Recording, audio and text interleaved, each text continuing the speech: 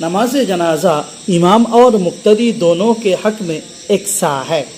জানাজার নামাজ ইমাম এবং মুক্তাদির দুজনের একই রকম। কেমনভাবে?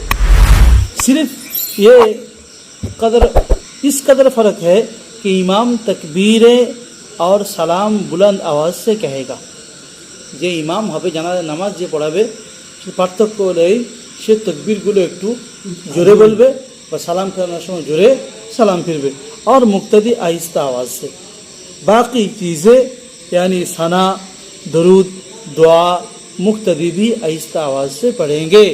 समस्त जिनिस सना पढ़ा দোয়া পড়া দরুদ শরীফ পড়া সব কী করবে? ইমাম সাহেব যেমন আস্তে আস্তে পড়বে, মুক্তাদিরাও আস্তে আস্তে পড়বে। আর ইমাম भी आहिस्ता आवाज़ से पढ़ेगा।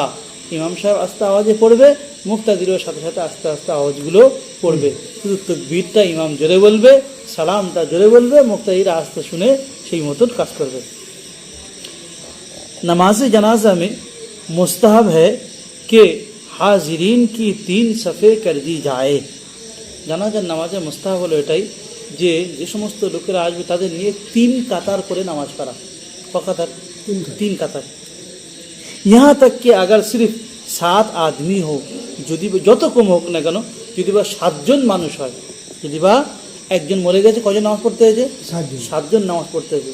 আলহামদুলিল্লাহ আমাদের এখানে 7 জন হয় না, 7 জনের বেশি হয়, 7 জনের বেশি হয়। এখানে মশলায় বলছি যদি কমসে কম যদি 7 জন লোক হয়, কেমনভাবে দাঁড়িয়ে 3 কাতার করবে দেখো। आदमी हो तो एक आदमी उनमें से इमाम बना दिया जाए। একজনকে ওর মধ্যে থেকে কী করা হবে? ইমাম করে দেওয়া হবে। থাকছে কজন? 6 জন থাকছে। और पहले सफ में 3 आदमी खड़ा हो। প্রথম লাইনে কজন দাঁড়াবে? 3 জন। তাহলে কজন গেল? 4 জন। বাকি থাকছে কজন? 2 জন। और दूसरे में 2 জন করে বাকি থাকবে? 7 জন তো, 3 জন বাকি থাকবে। হ্যাঁ। और दूसरे में 2 आदमी, দ্বিতীয় কাতারে 2 জন। तीसरे में 1, তৃতীয় কাতারে একজনকে দাঁড় করে দিয়ে কটা কাতার করবে? 3টে কাতার। ইমাম সাহেব তো ওটা আলাদা, ইমাম সাহেব সামনে থাকছে। যদি 7 জন লোক হয় তবুও ইমাম সাহেব ছাড়া 3টে কাতার করবে।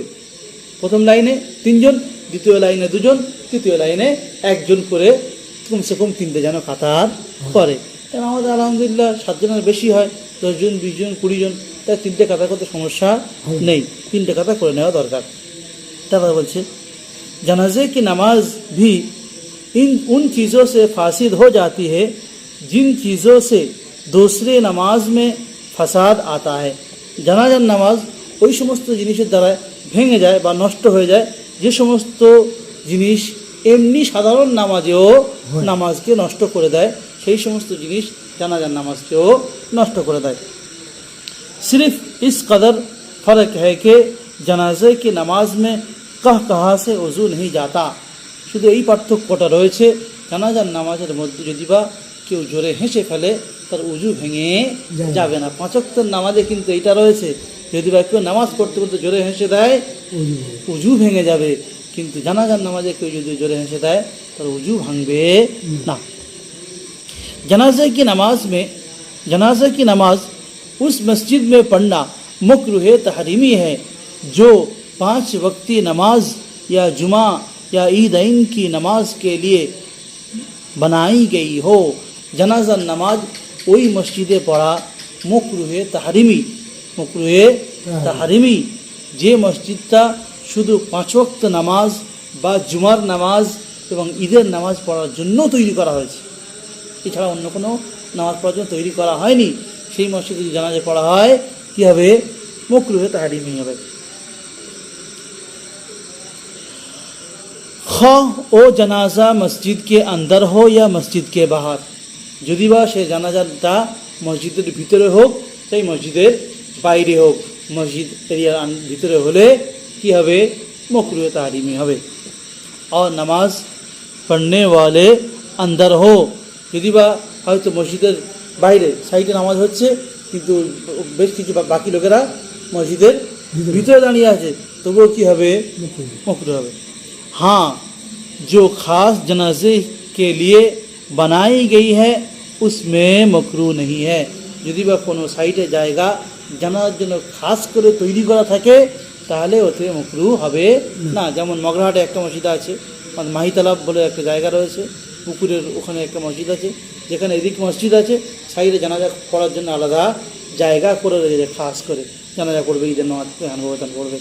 তো ওখানে এরকম যদি ব্যবস্থা করা থাকে তাহলে হয়তো লোক বেশি হয়েছে, 2-4টে লোক কাতার করে ওই সোজা করে ভিতরে দাঁড়িয়ে গেল, এতে কি হয়ে যাবে? মাকরুহ হবে না। मैयत की नमाज में इस गर्ज से ज़्यादा ताख़ीर करना जमात ज़्यादा हो जाए मकरूह है। জানাজা লাশ চলে এসছে, লাশ সামনে রেখে দেওয়া আছে, ভাষণ দিচ্ছে বা কথা বলছে, জোর করে দেরি করা হচ্ছে, জোর করে দেরি করা হচ্ছে কেন? লোকজন বাড়বে, লোক বাড়বে, এই নিয়েতে বেশি দেরি করা, অত্যন্ত দেরি করা মাকরুহ। অত্যন্ত দেরি করা যাবে না। হ্যাঁ, সামান্য ওই পাশে মসজিদের লোক আসছে, ওই 5 মিনিট 2-5 মিনিট দাঁড়িয়ে যাও, এটা আলাদা ব্যাপার। কিন্তু অনেক দেরি করা, যে লোক অনেক বেশি লোক ডাকা, এটা কী হবে? মাকরুহ হবে।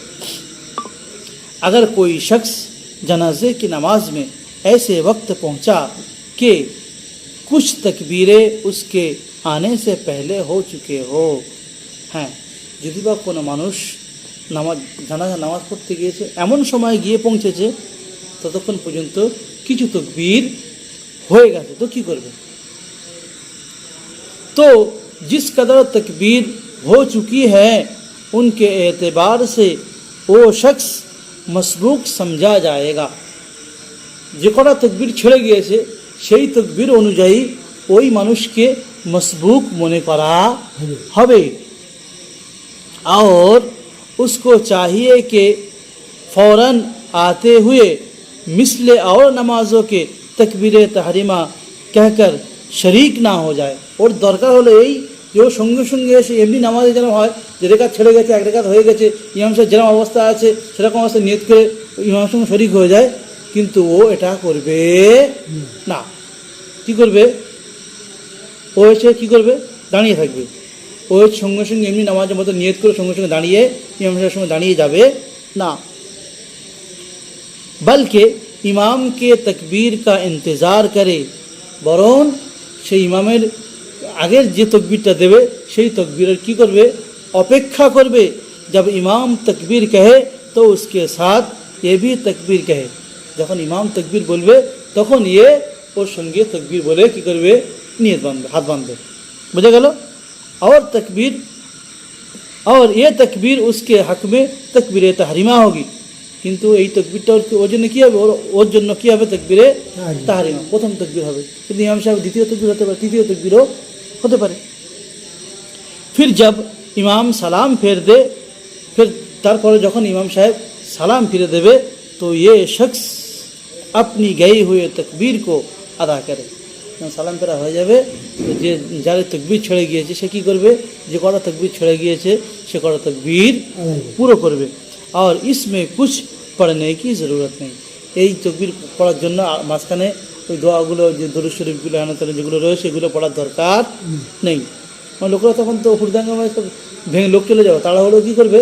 শুধু তকবীরটা শেষ করে সালাম ফিরিয়ে দেবে।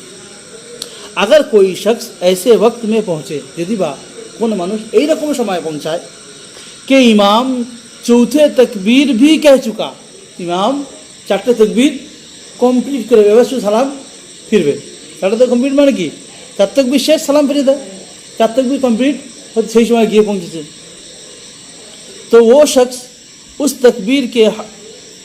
तकबीर के हक में मसबूक ना समझा जाएगा। तो ওই মানুষটা ওই তকবীরের হকে মসবুক মনে করা হবে না। और उसको चाहिए कि फ़ौरन तकबीर कहे, वो दरकार की সঙ্গে সঙ্গে ইমাম সাহেবের সঙ্গে তকবীর বলে শুরু কর, না দেরি করে সালাম ফিরিয়ে দেবে। তো फ़ौरन तकबीर कहकर शरीक हो जाए, সঙ্গে সঙ্গে তকবীর বলে ইমাম সাহেবের সঙ্গে শরিক হয়ে যাবে। और बाज़ ख़त्म नमाज के अपनी गई हुई तकबीर को अदा करे, যখন তকবীর শেষ হয়ে যাবে এবং সালাম ফিরিয়ে দেবে, সালাম ফিরিয়ে দেওয়ার পরে ওর যে কটা তকবীর ছেড়ে গিয়েছে ও কী করবে? তকবীর কটা পুরো করবে, পুরো করে সালাম ফিরবে, মাঝখানে কিছু দোয়া পড়ার প্রয়োজন নেই। বুঝে এসছে? এরপরে শোনাবো দাফনকে মাসাইল, যে দাফন কীভাবে করতে হবে সেই বিষয়ে বলবো ইনশাআল্লাহ।